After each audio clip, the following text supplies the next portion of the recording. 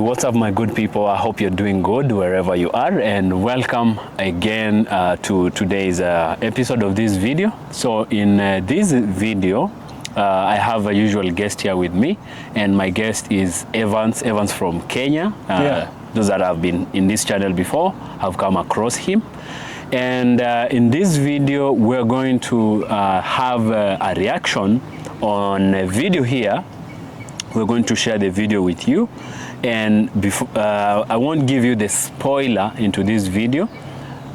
So let's just watch this video together, and at the end of this video, we can have an analysis of it. So let's go right into the video. All right, no spoilers. Yeah. Did you know that from the 1950s to the 1970s, colonial governments all across the British Empire destroyed thousands, possibly millions of records relating to war crimes, torture, and racial discrimination? This isn't a conspiracy theory. It's now known as Operation Legacy. It's a matter of public record. And the wildest thing is that it worked. By the 1950s, it was clear that the British Empire was winding up. India gains its independence in 1947, and in the run-up to that day, so many British officials were burning documents that there was a pall of smoke over Delhi. Extremely obvious and extremely embarrassing. As the 1950s goes on, more countries around the world start to gain ground in their fights for independence, and the British government does not want a repeat of what happened in India. So, for example, just before Malaya became independent in 1957, whole trucks full of documents were loaded up and driven to an incinerator in Singapore. The colonial governor of Trinidad and Tobago was advised to drop crates of documents into the sea.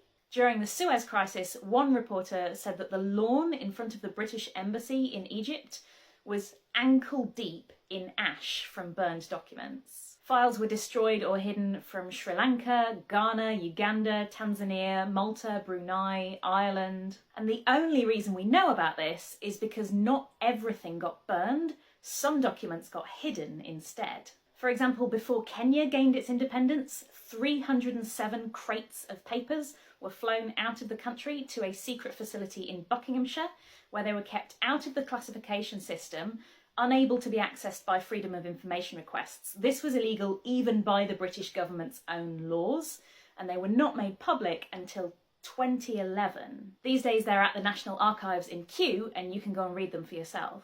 The documents showed that the colonial government had used torture during a rebellion called the Mau Mau Uprising in Kenya, and that Britain had ordered it to destroy anything that might embarrass the country.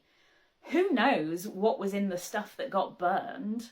British people really don't know very much about what the empire was up to. I only learned about massive things like the Bengal famine and the Amritsar massacre relatively recently, and I bet there's loads of stuff I still don't know. In 2020, a YouGov poll found that a third of all Britons thought that the empire was something to be proud of, and that countries in the empire had been left better off. 27% said they wished Britain still had an empire.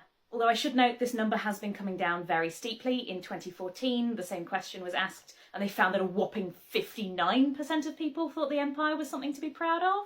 We tend to think that because these things happened outside Britain, that they're not part of British history, they're not part of our story. But there is no such thing as their history and our history. All history belongs to all of us. You have heard the video, my brother. It is a very thought-provoking video. So much. And the only essence I want us to talk about this is because I personally believe in this, that our history is very important. History is very important to us because it is history that informs what we do today. We are people that do not know their history are people that actually end up eventually suffering an identity crisis. There is a lot as black people and as Africans that is hidden from us. And this essentially occurs in such a way that do you know that in our history, in our growing up, our history, we do not really learn about ourselves, our people. So little information is taught about the heroes of the struggle of, African independence, if at all there is anything like that. And again, even the history that is being taught and told is not even told from our perspective. So there is a lot of information that is deliberately hidden from us, and that we need to seek in an age of propaganda and a lot of skewed information. It takes an effort for you to go down the rat hole to find out the truth. So that is what I want us to talk about in this video. So I'll give you time, my brother, to take over and say something about it. All right. Yes. So we've all seen that the beautiful white sister has just shared much that their country, his own beloved Great Britain. Do you still call it Great Britain? I don't think so. The Great Britain has fallen, Britain as a country or as a superpower of the past colonized the majority of the countries we have in the world today. Yes. Even it is this particular Britain that colonized the mighty United States of America. Sure. It was up until 1975, I think 76, when they had their independence. 1770 something, yeah? 1770s, huh? Yes. Is when they got their independence from Britain. This shows you the extent to which Britain had influence to the rest of the world. Before Great Britain, we had other empires. We had the Roman Empire, we had the Ottoman Empire, we had the Persian Empire, we had the Babylonian Empire, we had the empire that was created by the great Genghis Khan. Do you know Genghis Khan, brother? Yeah, I've heard of it. If you heard Genghis Khan was coming, you rather not stay here, bro. You run away and take away your everything. He was very brutal and very bad. Yes. But take Britain. Britain was even more than Genghis Khan, because Genghis Khan only touched a northern part of Russia, of Europe, some parts of Europe, and many parts of Asia. But Britain touched almost the rest of the world. Yes. Even today we have those small islands very far away from Britain, and you are told that this one is a British island. Over British overseas territories. British territory. They use the word protectorate. Yes. This is a British protectorate. And also we still see that the Britain is still colonizing many African countries. We call this new form as neocolonialism. Yes. There is a trade union. I don't know whether it's a trade union or it's a puppet union. It's called Commonwealth. Yes, yes. Members of the countries which are in Commonwealth are countries which were colonized by Britain. And if you're a member of this country, you need to abide with a certain set of rules. And now Britain is enticing you with donations, with aid. If you don't do this, if you don't follow our laws, you won't be a member of the Commonwealth, you won't get aid. And this is very bad, Yeah. Britain is the country, one of the countries that are very much upfront to confronting the issues of human rights. Is there any country that has committed a lot of insanity to the human race like Britain? I don't think so. Because from colonialism, we saw a lot of loss of human lives. From colonialism, we saw a lot of our culture as Africans, as well as those other non-African cultures got eroded. They got lost. Our religion was dissolved. Yes. But the only thing I think about the British involvement with the Africans is that they brought to us Christianity. That is the only thing I love about the British. They also introduced the formal education that we are now using today, But all in all, Britain has caused a lot of harm to us black people, to us as humans. Yes. And what do you think they were hiding, I think just to chip in, there is a lot of classified information that is actually hidden from black people. Very bad. That we really need to know, because that is who we are. And without this information, would probably never be in a position to tell who we really are. And then we will continue to slip into an identity crisis of not understanding who we really are. Where did we come from? Just for there is a lot of not only documents, information in form of documents, there are even human skulls. Human skulls? Artifacts, African artifacts that are in museum and in stores in different countries and different parts of Europe. Great Britain, France, Germany and Belgium. The other day it's when Belgium, with a kind of, a fake apology, returned the only remain of Patrice Lumumba to Congo, a tooth, a golden tooth. Damn, they even took his teeth. Yes, a few days ago. We have a skull of, I think, one of the traditional leaders of the Kalenjin people of Kenya. The skull was taken to Britain. We have artifacts. Sorry for cutting you short, before I forget. Thanks for sharing about the things they stole from Africa. The other day I went to Savo East. I went for a game drive. So when I went there, I learned that there was we have this thing called the Kenya-Uganda Railway. Yes. During the construction of this Kenya-Uganda Railway, we had the British bring in the coolies, the Indian coolies. They came to East Africa to work on the railways.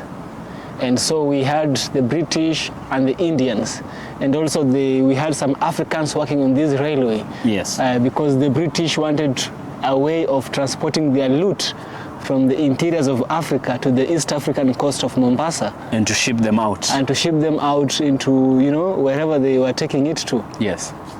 So they were two notorious lions that were really terrorizing the British and the Indian coolies, and also some Africans. They used Africans as a wall to protect themselves against the lions. And it was not so many lions. It was just two notorious lions. Another one was called Ghost, and another one was called, I think, Night. It was called Ghost and Night. So apparently history goes and tells us that these Ghost and Night were terrorizing, and they took many human lives with them. The only human lives that have been documented are the human lives that were of Indian and of the British. The wall was not documented. And the wall, which is a human wall, was not, which was African, was not. Yes. To add more salt to the wound, there was a colonel. I think he was a general, whoever it was. He was white, and they tell us that he was the one who shot down Ghost and Night. Guess where Ghost and Night skulls? They were mummified, and guess where they are right now? In Savo? Nah, bro. Ghost and Night are in UK, and they committed crime in the Savo. Okay. I was wondering, now I want to go and see these Ghost and Night. They must have been mummified and put somewhere. I had to pay a plane ticket to UK, and I said no. The crime was committed here in African soil.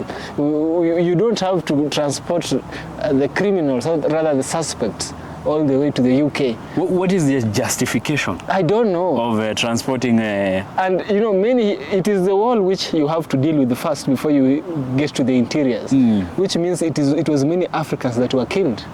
So if the justification is people that were killed, we believe the wall suffered the most before they broke the wall and got to the Brits or to the British and the Indians. Yes.